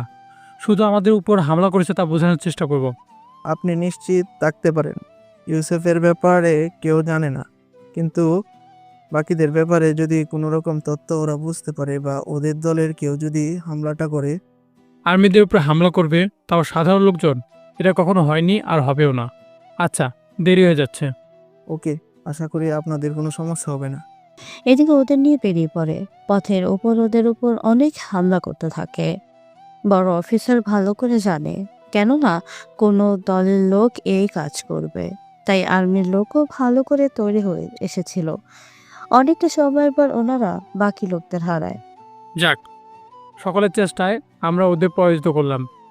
আচ্ছা, এখন তাড়াতাড়ি ওদের নিয়ে চলো, আর সময় নষ্ট করা যাবে না। এদিকে ওদের নিয়ে আন্ডারগ্রাউন্ডে নিয়ে আসা হলো। সবাইকে এক এক করে এই লাইনে দাঁড় করাও, আর সবার গলায় দড়ি আটকে দাও। কিছুক্ষণ পর ওদের গলায় দড়ি আটকে দেওয়া হলো। রাফাকে ইশারা করা মাত্রই ওদের এক নিমেষে মেরে ফেলা হলো। ওদের মেরে ফেলার পর তোমরা তাহলে সবাই একে একে যাও, আমি শনাক্ত করব, তারপর এদের কবর দেওয়া হবে। সব সৈনিক চলে যায়। সবাই যাওয়ার পর বড় অফিসার সবার মুখ দেখতে থাকে। সবটা চেক করার পর ওখানে ইউসুফের লাশও পাওয়া যায়। এরপর উনি এক এক করে আন্ডারগ্রাউন্ডের রাস্তা দিয়ে ওদের লাশগুলো নিচে ফেলে দেয়। এই আন্ডারগ্রাউন্ডের রাস্তা কোথায় গিয়ে নেমেছে তা একমাত্র বড় অফিসারই জানে। এটা এমন একটা জায়গায়, এখানে যাদের মারা হয় তারা একটা রুমে গিয়ে পড়ে। তারপর ওখান থেকে ওদের একটা রিমোটের সাহায্যে নিয়ে ওখান থেকে একটা সুড়ঙ্গ পথ আনা হয়। এরপর ওই সুড়ঙ্গ ওদের সবাইকে ফেলে দেওয়া হয়। এই সুড়ঙ্গ এতটাই ভয়ঙ্কর যে এখানে কোনো জীবিত মানুষকেও যদি ফেলে দেওয়া হয় তাহলে সে বেঁচে ফিরে আসতে পারবে না। এতটাই ভয়ঙ্কর ওই জায়গা, কেননা ওই জায়গায় সব লাশের পর লাশ সেরে আছে। এদিকে এভাবে কিছুদিন যেতে থাকে। এরাও আকাশে পথে বসে থাকে। 5 মাস ট্রেনিং শেষ করার পর আকাশ ও আবির আসে বড় অফিসারের কাছে। ওদের দেখে উনিও খুশি হন। কেমন আছো তোমরা? তোমাদের সব ট্রেনিং শেষ হয়েছে তো? ট্রেনিং শেষ না হলে তো আমরা এখানে আসতে পারতাম না। তা ঠিক বলছো, কিন্তু একটা সমস্যা পড়ে গেলাম। কি সমস্যা? আমাদের রাজ্যের রাষ্ট্রপতির মেয়েকে কারা যেন তুলে নিয়ে গেছে। এখন এই ব্যাপারে কথা বলতে যাব। স্যার, আমরা আসি তাহলে? কিন্তু তোমরা কি পারবে? কেননা তোমরা মাত্র ট্রেনিং শেষ করে আসলে। স্যার, একজন দেশ প্রধানের মেয়ে বিপদে আছে, সেখানে আমরা চুপ করে থাকতে পারি না। আচ্ছা, চলো তাহলে। এরপর ওরা চলে আসে রাষ্ট্রপতির বাড়িতে। এই বাড়িতে বর্তমানে পুলিশ কমান্ডো, রাজনৈতিক লোক আর আর্মি দিয়ে ভরা ছিল। আকাশ ও আবির যখন বড় অফিসারকে নিয়ে ভেতর গেল তখন সবাই এক একে সালাম দিতে থাকে। বড় অফিসার ওদের নিয়ে রফিক চৌধুরীর সামনে যায়। রফিক চৌধুরী তো আকাশকে দেখে চিনতে পারে, কেননা উনি ইরার কথাই ওদিন শপিং মলের সিসিটিভি ফুটেজ এনে দেখেছিল। তখন ইরা আকাশের কথা ওর বাবাকে জানায়। উনি আকাশকে দেখে বুকে জড়িয়ে নেয়। এতে অনেক অবাক হয়। উনি কান্না জড়িত কণ্ঠে বলে, তুমি এসেছো আকাশ? স্যার, আপনি আমাকে কি করেছিলেন? তা পরে জানতে পারবে, কিন্তু তুমি এখানে কি করে? স্যার, আমি বলছি ও আকাশ কয়েকদিন আগে আর্মি অফিসার ট্রেনিং শেষ করে এসেছে, তাই ওকে আমি আমার সাথে নিয়ে আসলাম। কিন্তু স্যার, ওদের কাছ থেকে কি কোনো কল এসছে? ওরা কি চায় বা না চায়? এসেছে। তার জন্য ওরা একজন সাধারণ লোকে যেতে বলছে। এটা ঠিক একটা ঠিকানাই, কিন্তু কেউ প্রাণে ভয়ে যেতে রাজি হচ্ছে না। তাহলে আমি যাব। তাছাড়া আমাকে তো কেউ এখনও চেনে না। তাছাড়া ডাটা বেজে আমার বায়োডাটা এখনও সেভ করেনি। ওরা শত চেষ্টা করলেও আমার আসল পরিচয় জানতে পারবে না। সত্যি তুমি যাবে? জি, যাব। তাহলে এখনও জায়গা আর আপনার মেয়ের ছবি দিন, যেন আমি দেখে চিনতে পারি। আকাশের কথা শুনে রফিক সাহেব অবাকই হয়। তার মানে কি ইরা ওর পরিচয় দেয়নি? আরে ছেলেটিও না জেনে রাজি হয়েছে। আর আমি ভেবেছিলাম ওই ছেলেটি ইরাকে ভালোবাসে, তাই ওকে বাঁচাতে এসেছে। এখন দেখি ও কিছু জানে না। কি ভাবছেন স্যার? আমাকে বিশ্বাস করতে পারেন। আমি এমন কিছু করবো না যার জন্য আপনার ক্ষতি হবে। এই নাও ঠিকানা, তাছাড়া ছবি লাগবে না। আমার মেয়ে ছাড়া আর ওখানে কোনো মেয়েই নেই, তাই ওরাই ওর সাথে তোমার দেখা করিয়ে দেবে। তাহলে আমি এবার চলি স্যার। এই বলে আবিরের থেকে বিদায় নিয়ে চলে আসতে থাকে ওই ঠিকানায়। ওই ঠিকানা বড়ই অদ্ভুত, কেননা ওরা সমুদ্রের ধারে আসতে বলেছিল, তাই ওখানে এসে অপেক্ষা করতে থাকে। কিছুক্ষণ পর ওখানে একটা হেলিকপ্টার আসে, আর ওই হেলিকপ্টার আকাশকে চেকিং করে উঠিয়ে নিয়ে চলে যায়। ওকে যে উঠিয়ে নিল, আমরা তাহলে এবার ট্রেকিং করা শুরু করি, কি বলেন? ট্রেডিং করবে মানে? কিভাবে? ওর কাছে তো কোনো কিছুই নেই। স্যার আমাদের ট্রেনিং শেখানো হয়েছে কিভাবে ছোট ছোট জিনিস লুকিয়ে রাখতে হয়। এবার আমরা ট্র্যাকিং করে ওই জায়গায় লোকেশন খুঁজে বের করতে থাকি। এভাবে কিছুক্ষণ পর ওরা লোকেশন ট্র্যাক করতে সক্ষম হয়। লোকেশন কোথায় দেখাচ্ছে? ওটা তো আমাদের এখানকার সবচেয়ে বড় জঙ্গলটাই, তাও শেষ প্রান্তে, এক কথায় আরেকটা রাজ্যের কাছাকাছি প্রায়। আমরা তো মনে হয় একটা পাকিস্তানি বর্ডারের কাছে। ওরাই নিয়ে গিয়েছে। শুধু শুধু ছেলেটা আমার মেয়ের জন্য নিজের জীবনটা দিতে না হয়। স্যার আপনি কোনো চিন্তা করবেন না, ওর কিছু হবে না। আপনি ওকে পাইলটা দিয়েছেন তো? দিয়েছি। ওরা যেভাবে বলেছে ঠিক সেভাবে। আমরা তাহলে ওই ঠিকানায় যুদ্ধবিমান আর সামরিক বাহিনী পাঠাচ্ছি। কিন্তু স্যার তা তো সম্ভব না, কেননা ওই জায়গায় যেতে চাইলে ওরা সহজে আমাদের দেখে ফেলবে। এতে করে অনেক সমস্যায় আমাদের পড়তে হবে। তাছাড়া ওরা আমাদের দেখে নিলে আকাশ স্যার আর আপনার মেয়ের জন্য ক্ষতি হতে পারে। তাহলে কি করবে তোমরা? আমরা জঙ্গলের আগে নেমে যাব, তারপর ওখান থেকে বাকি পথ যাব। কি? ওখান থেকে 200 কিলোমিটার তোমরা হেঁটে হেঁটে কখন শেষ করবে? আমরা ওখান থেকে স্পিড বোটের সাহায্যে বাকিটা যাব, এরপর বাইকে। আর ওই বাইকগুলো কোনো রকম শব্দ থাকবে না। তোমরা কতজন যাবে ওখানে? ওরা এখানে কতজন আছে তা তো জানি না, আমরা সেজন্য 100 জন আর্মি অফিসার মিলে ওখানে যাব। ওকে, আমি আমার মেয়েকে ফিরে পেতে চাই। স্যার তাহলে আমি ফোর্স তৈরি করে বেরিয়ে পড়ি। সত্যি তোমাদের জবাব নেই। ট্রেনিং শেষ করে এত গুরুত্বপূর্ণ একটা মিশনে যাচ্ছ। আচ্ছা, তাহলে ওখানে যাওয়ার জন্য তোমরা প্রস্তুত হও। ঠিক আছে স্যার। এদিকে ওরা আকাশকে নিয়ে জঙ্গলের ভেতরে নামে। ওইখানে নামতে কয়েকজন টেররিস্ট আসে ওর সামনে। ওই, ওকে ভালো করে চেক কর। চেক করেছি বস, ওর কাছে কোনো হাতিয়ার নেই। তা ওরা আর কাউকে পেল না, এই লোকটাকে এখানে পাঠালো। আচ্ছা যাই হোক, আমাদের যা দরকার তা আমরা পেলেই হবে। আচ্ছা, ওকে নিয়ে আয় আমাদের সাথে। এরপর ওরা একটা গাড়িতে নিয়ে বসায়। গাড়িতে 1 ঘন্টা কেটে যায়। এরপর ওরা ওদের মূল আস্তানা এসে পৌঁছায়। ওরা আস্তানার প্রায় পাকিস্তানি বর্ডারের কাছে। ওখানে যাওয়ার পর ওরা ইরার সামনে আকাশকে নিয়ে যায়। ইরার মুখে কাপড় ছিল, তাই আকাশ এখনো খেয়াল করেনি। কিছুক্ষণ পর এর মুখের কাপড়টা সরিয়ে দে। ঠিক আছে বস। কাপড় সরিয়ে দেয়। ইরাও একটু নড়ে চড়ে বসে। এতে করে আকাশ এবার ইরাকে পুরোপুরিভাবে দেখতে পাচ্ছে।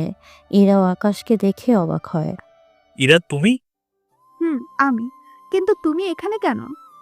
আমি তো এসেছি এখানে আমাদের রাজ্যের প্রধান রাষ্ট্রপতির মেয়ের কাছে, কিন্তু তুমি এখানে কেন? আমি ওনার মেয়ে, যার কাছে তুমি এসেছো। তুমি বলেছিলে 5 মাস পর তুমি আমার সামনে আসবে, কিন্তু এইভাবে আসবে তা আমি কল্পনাও করতে পারিনি। কেন এসেছো এখানে? এরা তোমাকে মেরে ফেলবে। ও, তাহলে তোরা দুজন দুজনকে ভালো করেই চিনিস। তাহলে তো আর কোনো সমস্যাই নেই। আপনারা কি চাচ্ছেন বলেন তো? তা এখনই বুঝতে পারবি। ওই, একজন কাজী ডেকে ওদের বিয়েটা আগে দিয়ে দে। কি? বিয়ে? আপনারা বিয়ে করানোর জন্য লোক ডেকে এনেছেন? ওর সাথে বিয়ে দিয়ে আপনাদের কি লাভ হবে বলুন? তা তো ওর না জানলেও চলবে। এই, কাজী নিয়ে আয়। আর ওই ফাইল নিয়ে আমার সাথে আয় একজন। ওরা ফাইল নিয়ে ইরা ও আকাশকে একটা রুমে আটকে রাখে। এদিকে ইরা আকাশকে জড়িয়ে ধরে আর কপালে কিস করতে থাকে। এতে আকাশ তো অবাকই হয়। কি করছেন কি? আমি তোমাকে ভালোবাসি আকাশ। ইরার কথা শুনে অবাকই হয়। কেন নয়, ইরা যোগকে ভালোবাসবে তা তো কল্পনাও করতে পারেনি। এরপর ইরা সবটা আকাশকে বলে। সবটা শোনার পর সত্যি ইরা, তুমি যে আমার মতো একটা সাধারণ ছেলেকে ভালোবাসবে তা তো আমি কল্পনাও করতে পারিনি। তোমার জন্য আমি 5টা মাস অপেক্ষা করেছি, কিন্তু 5 মাসের মধ্যে এইভাবে দেখা হবে আর এইভাবে আমাদের বিয়ে দিবে, তা তো স্বপ্নের মতো লাগছে আমার থেকে। আমিও ভাবিনি এইভাবে তোমার সাথে দেখা হবে আর বিয়ে করতে হবে। কিছুক্ষণ পর কাজে এসে ওদের দুজনের বিয়ে পড়িয়ে দেয়। বিয়ে পড়িয়ে ওদের একটা রুমে রাখে। কিছুক্ষণ পর সে ভিডিও ইরার বাবার কাছে পাঠিয়ে দেয়। স্যার, একটা ভিডিও এসেছে। কিসের ভিডিও? জানি না, খারাপ কোনো ভিডিও না হলে ভালো হবে। আচ্ছা, ভিডিওটা চালাও। ভিডিও চালানো হলো। ভিডিওতে দেখানো হচ্ছে ইরা ও আকাশের বিয়ে দেওয়া হচ্ছে। এটা দেখে বড় অফিসার একটু ঘাবড়ে যায়, কিন্তু বড় অফিসার রফিক চৌধুরী থেকে তাকিয়ে দেখে উনি খুশি হয়েছে। স্যার, আপনি কি ওদের বিয়েতে খুশি হয়েছেন? হব না কেন? আমার মেয়ে তো অনেক পছন্দ করে। কি বলছেন কি স্যার? ঠিকই বলছি, ওদের বিয়ে দিয়ে দিয়েছি, তাতে খুশি হয়েছে। কিন্তু একটা কথা মাথায় ঢুকছে না। কোন কথা? কথাটা হলো, ওরা ইরার সাথে কেন আকাশের বিয়ে দিল? এই বিয়ে দেওয়ার জন্যই কি ওরা এখান থেকে একটা ছেলে পাঠাতে বলেছিল? আমার তো এই প্রশ্নটা মাথায় ঢুকছে না, কিন্তু কেন করলো ওরা এমনটা? তা তো এখন আকাশের সাথে কন্ট্রাক্ট বা আমাদের সাথে কন্ট্রাক্ট করলে জানতে পারবো। এখনো ও আমার মেয়ের জামাই ও হয়ে গেল, তবে ভালোই হয়েছে। যেমন ঠিক বুঝি নাই। আমার মেয়ে ওই ছেলেটাকে ভালোবাসতো, কিন্তু ভাগ্য কি পরিহাস, ওই ছেলের সাথে ওর বিয়ে হয়ে গেল। এখন দেখি সামনের দিকে কি হয়। এদিকে আবির আর্মির সৈনিকদের নিয়ে ওই জায়গা চারদিকে ঘেরাও দিয়ে ফেলে। ওরা এক এক করে ভিতরে যেতে থাকে। ভিতরে যতই যাচ্ছে ঠিক ততই বিপদ ওদের কাছে আসতে থাকে। কিছুক্ষণ পর তোমরা এইদিকে যাও আর তোমরা এইদিকে আসো। তার সাথে একটা কাজ করো, কয়েকজন স্নাইপার গাছে উঠে যাও। বাকিটা তো কি করতে হবে বুঝতেই পেরেছো। আমরা তাহলে নিজেদের পজিশন নিয়ে নিই। এদিকে কিছুক্ষণ পরে ওরা সামনে যাকে পাচ্ছে তাকে মেরে ফেলছে। এইদিকে ওই টেররিস্টগুলো চারদিক ছড়িয়ে পড়ে। ওরাও একজন একজন করে গুলি করতে থাকে। গুলির আওয়াজ শুনে এরা ভয় পেয়ে আকাশকে জড়িয়ে ধরে। তুমি একটা কাজ করো, এর ভিতর লুকিয়ে থাকো, আমি এতে দেখতেছি। তুমি ওদের সাথে পারবে না, তাছাড়া আমি তোমাকে এক মুহূর্তের জন্য হারাতে চাই না। প্লিজ তুমি আমার সাথে থাকো, বিয়ের প্রথম দিনই আমি তোমাকে হারাতে পারবো না। আমি এভাবে চুপচাপ বসে থাকতে পারি না, কথা দিচ্ছি আমি অবশ্যই ফিরে আসবো। সত্যি আসবে তো? কথা দিলাম। এই বলে এরাকে একটা রুমে আটকে দেওয়া হয়। সে রুমে আটকে দেওয়ার আগে আকাশ ওর কার্ডটা এরার কাছে দিয়ে দেয়, যেন যে কোনো মূল্যে ওকে খুঁজে বের করতে পারে। ওখান থেকে একটা বন্দুক দিয়ে ভেতরে থাকা সবাইকে এক নিমিষে শেষ করে দেয়। এদিকে কিছুক্ষণ পর আবির বাহিরে সবাইকে মারতে মারতে ভেতরে এসে দেখে আকাশ ওখানে বন্দুক নিয়ে দাঁড়িয়ে আছে। আকাশকে দেখে আবির জড়িয়ে ধরে। কিরে, সবাইকে নিমিষে শুয়ে দিলি? তার বলতে তা উনি কোথায়? কার কথা বলছিস? যাকে বাঁচাতে এখানে আসা? দাঁড়া, বের করতেছি। এই বলে ওই রুম থেকে ইরাকে বের করে। ইরা বের হয়ে আকাশকে জড়িয়ে ধরে খুশিতে। তোমার কিছু হয়নি? এইদিকে ওদের এমন কাণ্ড দেখে আবির তো মুখে হাত দিয়ে দাঁড়িয়ে আছে। তুই মুখটা এরকম করে রেখেছিস কেন? তুই এসেছিস ওনাকে বাঁচাতে, কিন্তু এখানের দিকে কয়েক ঘন্টায় প্রেমও বাঁধিয়ে নিলি। তুইও না, এখন এই রুমের ভিতরে একজনকে পাবি, ওকে নিয়ে তাহলে ক্যাম্পে ফিরে চল। ওই রুমে কে আচ্ছা তাই হবে। ওরা ওইখানে থাকা যতটা প্রমাণ পেয়েছে সবকিছু নিয়ে চলে আসে। পুরো রাস্তায় ইরা আকাশকে জড়িয়ে ধরে রেখেছিল। আবিরও কিছুই বুঝতে পারছে না। এদিকে কয়েক ঘন্টার পর ওরা প্রধান বিরোধী কার্যালয়ে এসে পৌঁছায়। ইরা গাড়ি থেকে নেমে ওর বাবাকে জড়িয়ে ধরে। স্যার, আপনার মেয়ের কোনো ক্ষতি ছাড়াই ওকে ফিরিয়ে দিলাম। এখন তাহলে আমি আসি। আবির চল তাহলে। কোথায় যাচ্ছ তোমরা? আমি তো ক্যাম্পে জয়েন করব। কিন্তু তুমি ক্যাম্পে গেলে আমার মেয়ের কি হবে? দেখুন স্যার, ওরা জোর করে বিয়ে দিয়ে দিয়েছিল। আচ্ছা, তুমি কি আমাকে ভালোবাসো না, বা এই বিয়েটাকে কি তুমি মানতে পারছো না? আমি সবই মানি, কিন্তু তোমার বাবা কি আমাদের এই সম্পর্ক মেনে নেবে? কেন মেনে নিবে না? দেখো, তোমার বাবা দেশ প্রধান আর আমি বর্তমানে একজন মেজর। আমার মতো ছেলের সাথে কি তোমার বাবা মেয়ের বিয়ে দেবে? কোনো আপত্তি নেই। তাছাড়া আমার মেয়ে যখন তোমাকে পছন্দ করে তখন আমার আর কোনো আপত্তি নেই। আমি তো কিছুই বুঝতে পারছি না। তুই আমার সাথে আয়, আমি তোকে সবটা বলবো। তুমি তো এখন বাড়িতে যাবে, তাহলে ওকে নিয়ে যাও। স্যার, আমার নিজস্ব কোনো বাড়ি নেই, সেজন্য ওকে বাড়িতে ওঠানোর আগে আমাকে একটা ফ্ল্যাট দেখতে হবে। তার কোনো প্রয়োজন নেই।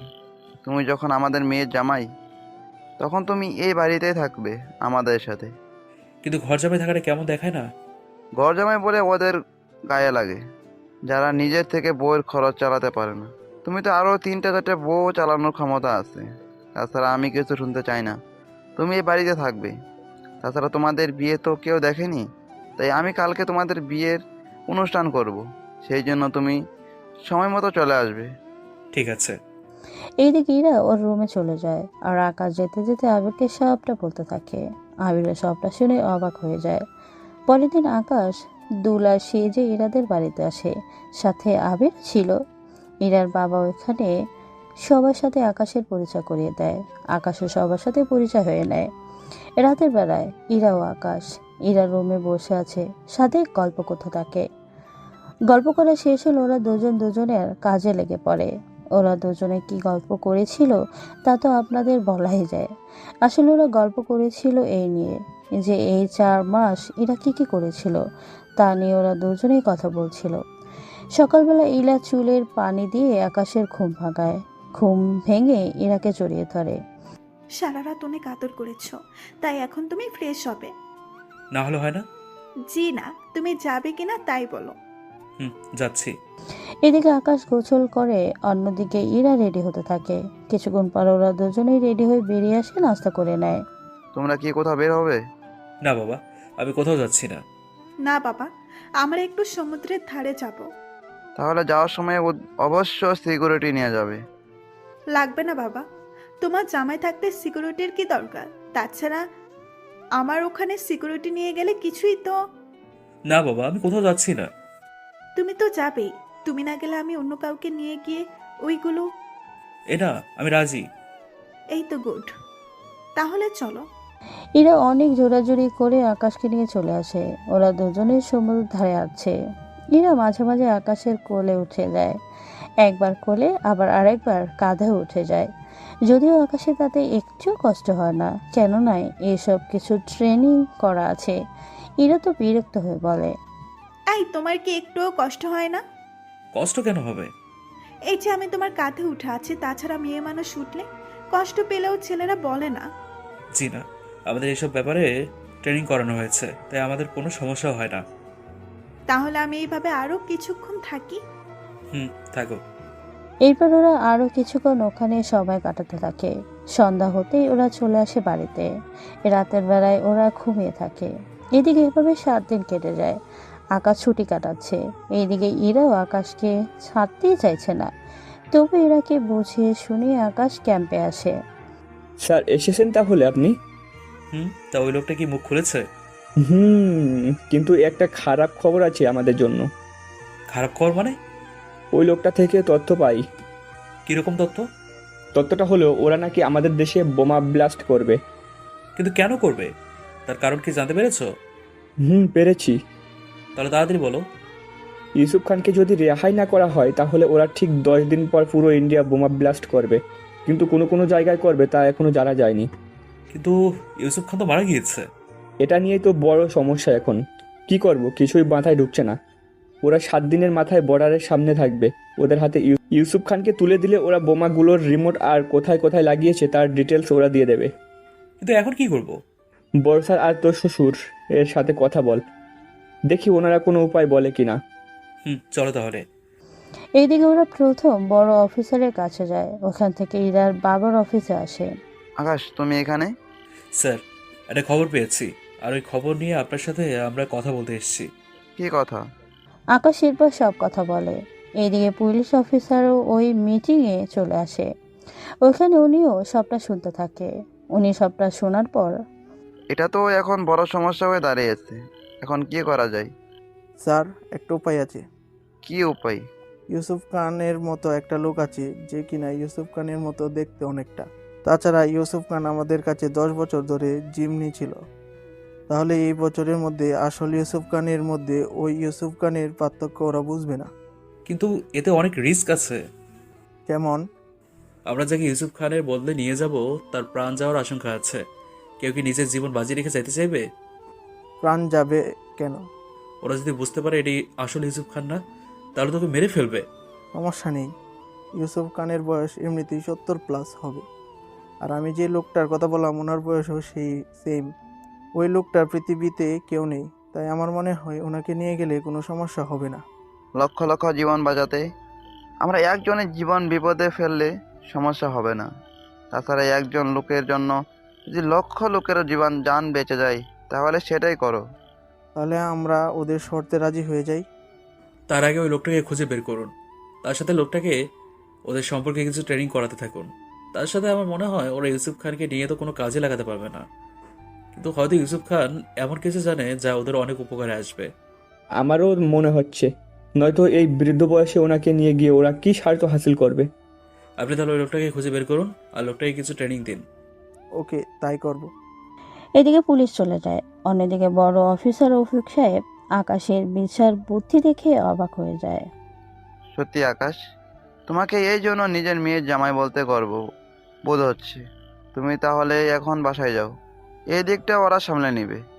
তার সাথে যা বলার ছিল, তোমার হাতে এখনও 3টা দিন সময় আছে। তাই এই 3 দিন তুমি আর এরা বাহির থেকে ঘুরে আসো, ততদিন ওরা এই দিকটা সামলে নেবে। ঠিক আছে। এদিকে পুলিশ অফিসার ওদের সাথে যোগাযোগ করে। বল, আমাদের প্রস্তাবে তোরা রাজি কিনা? রাজি, তবে একটা শর্ত আছে। কি শর্ত? আমরা তো তোমাদের হাতে ইউসুফ খানকে তুলে দেব, কিন্তু তোমরা যে বোমা আর রিমোট সঠিক তথ্য দিবে তার কি কোনো গ্যারান্টি আছে? তাহলে কি চাস তোরা? আমাদের তোরা বোমা কোথায় আছে তার সন্ধান দিবি। আমরা যদি তোদের জায়গাগুলো চিহ্নিত করে বোমাগুলো শনাক্ত করে খুঁজে পাই, তারপর আমরা ইউসুফ খানকে নিয়ে আসব। ওই, তুই কি আমাদের বোকা পেয়েছিস? অবশ্য বলা যায়, কেননা ওই বোমাগুলো টাচ সেন্সর, সামান্য ছোঁয়া পেলেই ওইগুলো ফেটে যাবে। তাই তোরা যদি বেশি চালাকি করিস তাহলে বোমা ওখানেই ফেটে যাবে। দেখো, আমরা কোনো চালাকি করব না। করলেও সমস্যা নেই, কেননা রিমোট দিয়ে বন্ধ না করলে ওই বোমাগুলো ধরা মাত্রই তোরা শেষ হয়ে যাবি। আমরা যা বলছি তাই করব। এদিকে টেররিস্ট গুলো বোমা রাখার লোকেশন পাঠিয়ে দেয়। অন্যদিকে আকাশ ইরাকে নিয়ে হলে আসে ঘুরতে। ওরা 2 দিনের জন্য একটা হোস্টেলে ওঠে। ওখান থেকে সব জায়গায় ঘুরে ঘুরে দেখতে থাকে। আচ্ছা, আমরা এত কম সময় এখানে থাকবো কেন? একটা গুরুত্বপূর্ণ মিশন আছে, মিশনটা শেষ করতে হবে। ওহ, সারাক্ষণ শুধু মিশন আর মিশন। এত মিশনে যেতে হবে না। আমি আব্বুকে বলে তোমার চাকরি খেয়ে তোমাকে সারাক্ষণ আমার কাছে রাখার ব্যবস্থা করে দিব। আমি তো তোমার সাথে থাকলে তোমাকে জ্বালাই, যেমন এখনো জ্বালাচ্ছি। আমিও চাই তুমি আমাকে এরকম ভাবে জ্বালাও, কেননা তোমার এই জ্বালানো আমার অনেক ভালো লাগে। কিন্তু প্রতিদিন হলে তো সমস্যা। সমস্যা নেই। আচ্ছা, এখন চলো, আমাদের ফিরে যেতে হবে। মাত্র 2 দিন হলো, আরো কয়েকদিন থাকি না এখানে? জি না, আর থাকা যাবে না। একটা কথা দাও। কি কথা? তুমি তোমার কোনো ক্ষতি করা ছাড়াই মিশন শেষ করে আসবে, আর এরপর তুমি আর্মির চাকরি ছেড়ে দিবে। তাহলে খাবো কি? আর তোমাকে খাওয়াবো কি? খাওয়াতে হবে না, তোমার ভালোবাসা পেলেই হবে। তাছাড়া তোমার মিশন শেষে একটা সারপ্রাইজ দিব তোমাকে। কি সেটা? আগে কথা দাও, এই মিশন শেষ করে তুমি চাকরি ছেড়ে দিবে। কথা দিলাম, ছেড়ে দেব। আচ্ছা চলো তাহলে বাড়িতে যাই, আর কথাটা যেন মনে থাকে। এদিকে আকাশ ও ইরা বাড়িতে চলে আসে। অন্যদিকে পুলিশ বোমাগুলো খুঁজেও পেয়েছে, আর ইউসুফ খানের মতো দেখতে লোকটাকেও তৈরি করে ফেলেছে। এখন শুধু লোকটাকে দিয়ে ওই রিমোটগুলো ওদের থেকে হাতে নেওয়া। এইদিকে আছে ওদের কয়েকজনকে নিয়ে একটা মিটিং বসে। মিটিংয়ে সব কিছু নিয়ে আলোচনা করা হয়। কি করবে ওরা, কোন দিক দিয়ে কতগুলো কাজ করবে, কতগুলো সৈন্য দেবে, এই কথায় এইসব নিয়ে আলোচনা করে। যে কথাটা বলার ছিল, বোমগুলো যে জায়গায় পাওয়া গিয়েছে ওই জায়গার আশেপাশে 206 ধারা জারি করে দিন তাড়াতাড়ি, যেন কেউ ওখানে আশেপাশেও না আসে। কারণ কোনো রকম সমস্যা হলে, যেন বিল্ডিংয়ের সমস্যা হলে কোনো লোকের প্রাণ না হারায়, সেদিকে খেয়াল রাখবেন আপনি। আমরা তা না হয় করলাম, কিন্তু ইউসুফ খানের মতো ওই লোকটাকে নিয়ে আমরা যাব, সাথে কিছু প্ল্যান করা আছে। ওইগুলো আপনার না জানলেও চলবে, কেননা ওকে যেহেতু আমরা নিয়ে যাব, তাই এইসব বিষয়ে আমরা ডিসিশন নেব। ওকে, তাহলে আমি মানুষের নিরাপদ দায়িত্ব নিলাম। ওই দিনের মতো মিটিং শেষ করে আকাশ ও আবির ইউসুফ খানকে নিয়ে বেরিয়ে পড়ে ওদের দেওয়া ঠিকানায়। ওখানে যাওয়ার আগে আকাশ ওই জায়গায় প্রায় 200 আর্মি নিয়োগ দেয়। ওরা ওই জায়গায় সব দিক দিয়ে ঘিরে দাঁড়ায়। আকাশ ইউসুফ খানকে ওদের সামনে নিয়ে গিয়ে, এই না ইউসুফ খান, এবার রিমোটগুলো ফিরিয়ে দে। তার আগে ওনাকে আমাদের কাছে পাঠা, তারপর আমরা সব কিছু দিচ্ছি। আকাশের ইচ্ছারায় 2জন আর্মি লোক ইউসুফ খানকে নিয়ে ওদের কাছে যায়। সাথে রিমোট নিয়ে আসতে গেলে ওরা ওই সৈনিকদের আটকে ফেলে। এবার কি করবি অফিসার? এখন তো রিমোট আমাদের হাতে, ইউসুফ ভাই আর তোদের সৈনিকও। এতেও কোনো লাভ হলো না তোদের। কেন? কারণ ওরা 2জন রোবট মানব, আর রিমোট দেখ আমার হাতে। এটা কি করে সম্ভব? সবই সম্ভব, কিন্তু তোদের মাথায় এত কিছু ঢুকবে না। এখন রিমোট দিয়ে আগে বোমাগুলো নষ্ট করি। কি এত বড় ধোকা? এখানে ধোকা দেয়নি তোদের, রিমোট দেওয়ার কথা বলেছিলি, তা আমরা পেয়ে গেলাম। এখন ইউসুফ খানকে নিয়ে তোরা কি করবি তা তোদের ইচ্ছে, আমি তো রিমোট পাঠিয়ে দিলাম। ওই অফিসার, এখান থেকে তোরা বেঁচে ফিরতে পারবি না। কেন? চারদিকে তাকিয়ে দেখ, আমার ইশারায় আমার লোকজন কিভাবে তোদের মেরে ফেলে। তুই কি ভেবেছিলি আমরা এখানে একা এসছি? মাত্র 10 জন এখানে, আর চারিদিকে তাকিয়ে দেখ, আমার এখানে 100 জন লোক আছে। ও তাই নাকি? তাহলে তো গুনে দেখতে হয়। এদিকে আকাশ 1 থেকে 10 পর্যন্ত যেই না গুনতে থাকে অমনি 10 জন মারা যায় এবং সাথে সাথে বাকিরা অ্যালার্ট হয়ে যায়। এরপর ওদের মধ্যে বন্দুকযুদ্ধ হতে থাকে।